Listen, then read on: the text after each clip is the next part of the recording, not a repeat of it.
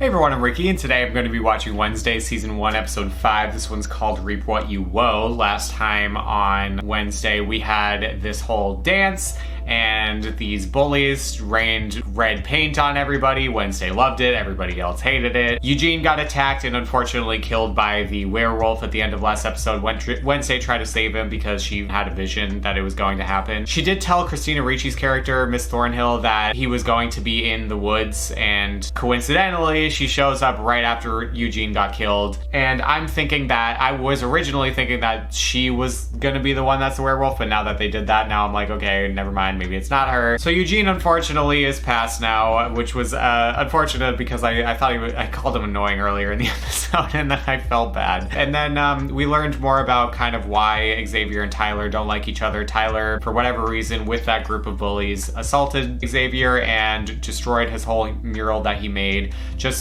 for no reason particularly, and I guess he quote-unquote changed his ways. That's not the person he wants to be anymore, but he's gonna need a little more time with me for me to actually fully like him. So Xavier and Bianca were trying to get back together, or well, Xavier was trying to forget Wednesday, and then Bianca felt upset by that. Wednesday and Bianca had this nice little moment, and I really do think that they could be a good duo together if they put their powers together. And I think that might actually happen, because they had somewhat of a mutual understanding moment, a little heart to heart, which was nice to see. I'm gonna get into this episode now. Before I do though, like this video, subscribe if you haven't already, and consider supporting me on Patreon because I'm gonna have the full uncut reaction on there, as well as any other full uncut reactions to the season and anything else that I watch on there as well. So consider supporting me there, and without further ado, let's get into it.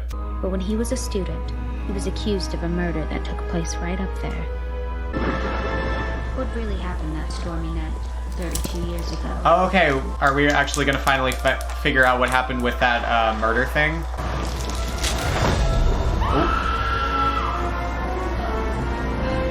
Okay, that must be the principal. That's her father. Who is the person that died? It's all Morticia Frump's fault. They were fighting over her. Well, that's just an assumption. I mean, she already didn't like Morticia, allegedly, so...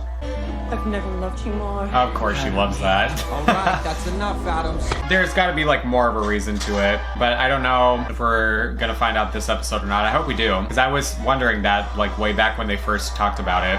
But I'm happy to report that Eugene is on the mend and is expected to make a full recovery. She is totally lying. Have you been to see him? You're his friend. Oh, he is in a coma. Okay, maybe she's not lying. It's not your fault, okay? He knows who blew up that cave last episode. So if he can wake up, he'll at least know that. I don't think the person who blew up the cave is the werewolf, though. I think the person that would be most likely to want to blow up the cave would be Xavier, because he keeps thinking about the monsters invading his nightmares or whatever. Not sure how much more of this family togetherness I can take. I'm sorry for what happened at the dance. Guessing your dad's no-show again this year? Yeah. You? Gabrielle hasn't shown her face since I started here. My darling daughter. Oh. I made it. I guess you misjudged her. Family drama! This is gonna be juicy. Can't wait. You know Reggie, the local coroner? He just blew his brains out. What? The one that was so excited to be finally retired and spending time with his wife? There's no way. Someone killed him. You insisted I go to this school. Did you really think I wouldn't find out your secret? You don't know the full story. Your father did nothing wrong. I'll be the judge of that. But you elaborate on that instead of making Wednesday think that something more happened. Morning Song community misses you. And by community, you mean cult. We are a personal development movement that helps people take control of their lives. After you take control of their bank accounts. I haven't come here to fight, Brandy Jane. Scientology, My anyone? name is Bianca. It's time to come home. That place was never my home. You actually married him. He wants you to come home. My siren song is drying up. Recruitment numbers are way down and the wrong people are starting to ask questions. This wasn't a request. And if I refuse? Then everybody here's gonna know how you sirened your way into Nevermore. Sooner or later, they will see through you. A siren can never change her scales. That's a typical manipulative mother that only uses their child for her benefit. She clearly didn't want her there. She hasn't seen her mom in a while. All of a sudden her mom shows up, not because she wants to be around her, but because recruitment numbers are way down, she needs to help her. Like, come on. And then she is basically forcing her to do it. It's so dumb. You must be Wednesday. Eugene's moms, Sue and Dad. Oh, that's nice. You were all he could talk about lately. Gun was legal, registered in his name, Colt 45. Janitor said he kept it in his desk. If I had to guess, last week. he was about to figure out something with evidence. Maybe the evidence that the cops sent in that Wednesday got, and then they made it seem like he killed himself. Is that at his gravestone? Yeah. We need to tell her. She'll never believe us. We must stay strong and hope that something more morbid comes along to distract her. I mean, if it's the truth and you think she'll never believe you, but it explains why he did what he did or why they helped cover up whoever else did it, I don't know. Maybe it was a self-defense thing. Have you wolfed out yet? No, Well, that is a disappointment. that's me. Huge disappointment. You're under arrest for the murder of Garrett Gates. Do the right to remain silent.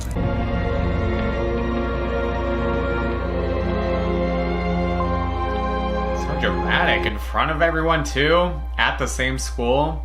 Can Morticia or Gomez just tell Wednesday what the hell happened?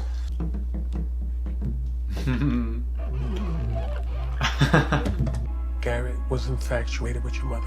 He mistook her kindness for interest. Garrett's father, an outcast, hating bigot, was furious that your mother had accused his only son. It all came to a head the night of the Raven dance. Did he just say only son? I read on the Your mother gravestone that he had a brother. Catch her breath. Go! Get out of here! He won't hurt me! Garrett, no! Yep, figured. So this has to like correlate with something that's happening in the present now, right? Or is this just like a side plot? My survival instinct kicked in.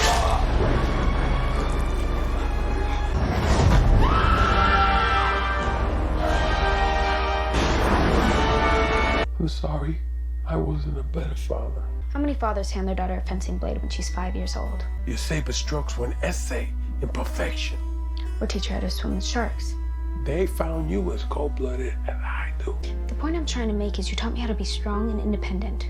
How to navigate myself in a world full of treachery and prejudice. You are the reason I understand how imperative it is that I never lose sight of myself. So as far as fatherhood goes, I would say you've been more than adequate. Gracias, Wednesday. That's so nice. I hope that's like the actual flashback and we don't get like another tell later that the flashback actually happened like a slightly different way than what Gomez said. Either way, I'm glad it didn't last more than this episode. Garrett Gates' family deserves closure, even if none of them are around to take comfort in it. What happened to them? Are His none of mother them hung around? herself in the backyard. His father drank himself to an early grave, and even his little sister didn't escape. She was orphaned, sent overseas, ended up drowning. I don't believe that for a second. His little sister could very well be Miss Thornhill. Thornhill, the normal one, you know? What are these? Brochures? So camps for lycanthropy conversion? No need to be dramatic, Enid. You want to send me to conversion therapy for werewolves? Don't you want to wolf out and finally be normal, honey? This can easily be correlated with a real life thing that I don't know if that's intentional. It's also the same episode that we were introduced to Eugene's moms. Seems intentional to me. Could very well just be a coincidence, I don't know. Could very well allude to the fact that Enid is not heterosexual if we really want to take it there. What'll happen to him now? Well, he's confessed, so there won't be a trial. After he's sentenced, he'll be sent to a state penitentiary where he'll lose his mind being separated from Mother. Where is Mother anyway? She said she wanted to be alone. Somewhere where no one would find her. Father didn't kill Garrett Gates, did he? Did she do it? Just covered for her? I'll never forget the way he looked at me. He was even foaming at the mouth. Oh, that's what that was. Thought he had a weird, like, infection or something.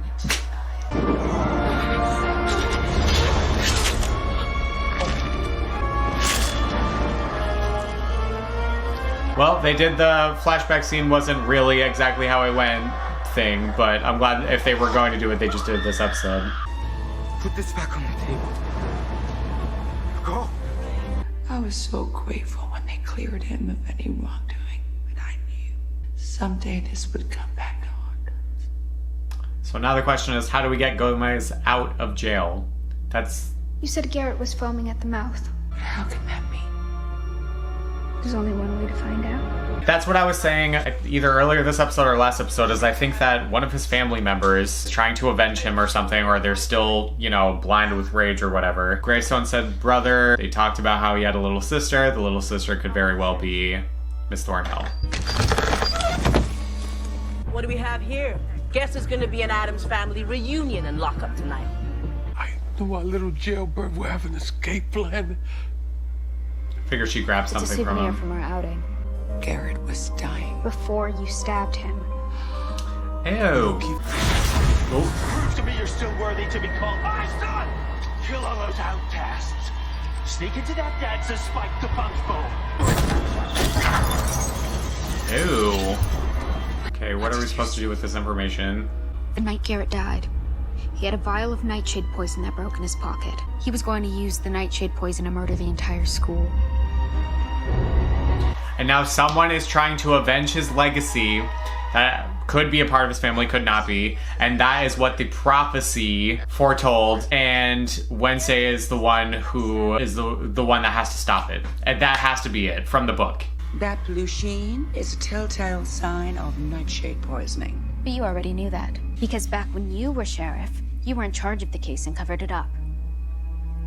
Ooh, got a little corruption going on. Garrett went there that night to spike the punch and kill all the kids at that dance. Ansel confessed the whole thing to me in a drunken stupor. It was his idea. My job was to keep the peace.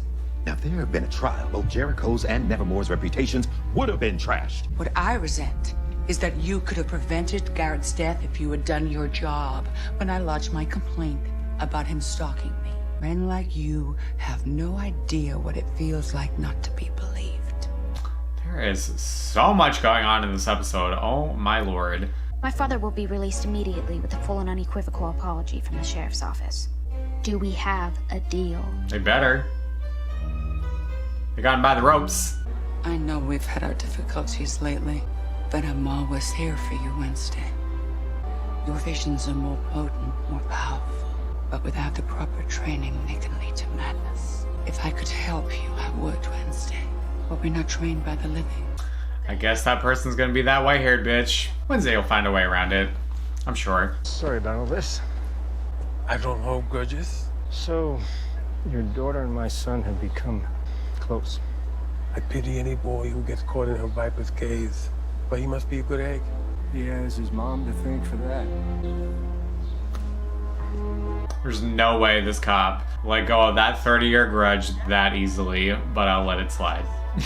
I really do think that whole death is going to come back into play in the story. Who's the daughter? Who's the wife? It's decided 6 weeks at Camp Howell. If I'm meant to wolf out, then I'm going to do it on my own timeline and not yours. I just hope that one day you'll finally be able to accept me for who I am. Hell yeah. Go Enid. I knew the dad would like it. He hasn't said anything, but I can tell. You do you. Wait until the school year is over. How do I know you won't run away again? Because we both have too much to lose. But after this, you and Morning Song are out of my life. Forever. You see, when you participated in the talent show with my mother, not only did you impersonate Judy Garland, you became her. Oh. I'm a shapeshifter. I'm curious to find out how Sheriff Galpin feels when I tell him. Rowan's father already knows what happened, and he fully supports my decision not to involve the authorities. His telekinetic abilities were driving him mad, and he attempted to murder you twice. You and Mayor Walker are the same, aren't you? Burying bodies to cover your dirty secrets. I did what I needed to do to shield the school from controversy and protect its students from harm. Tell that to Eugene. How are you protecting him? Damn, girl, call her out! Ah! Oh.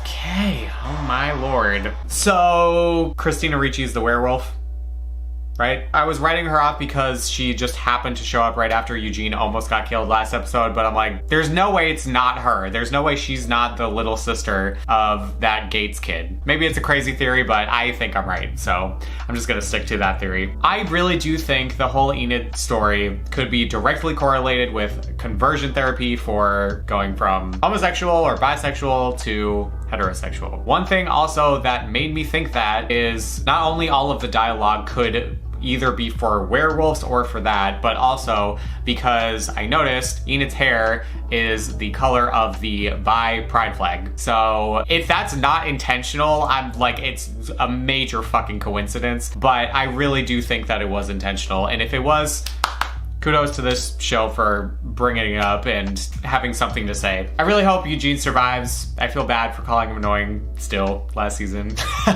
or last episode. I also do think that Bianca, I feel like there's more to do with her character, and she said she would leave and go to her mother after the school year's over, but I don't know if the school year is gonna be over in this season or if there's gonna be more to it in next season, but I hope that they don't write her out of the show because I think she's interesting and she's fun to watch. I really do think like this whole arrest, the coroner getting shot, the person that died and his family, it's all going to correlate into this whole werewolf and killing things that are going on right now. And I really do think it's Christina Ricci's character that's the werewolf. I'm just gonna say it right now. But in any case, yeah, very good episode. Again, like there hasn't been one bad episode this season. I'm really enjoying myself. It's fun. Let me know what you thought about this episode in the comments and like this video. Subscribe if you haven't already. Consider supporting me on Patreon. I'm gonna have the full uncut reaction to this episode and any other episode this season, as well as anything else I watch on there as well. And I will see you on episode 6. Bye.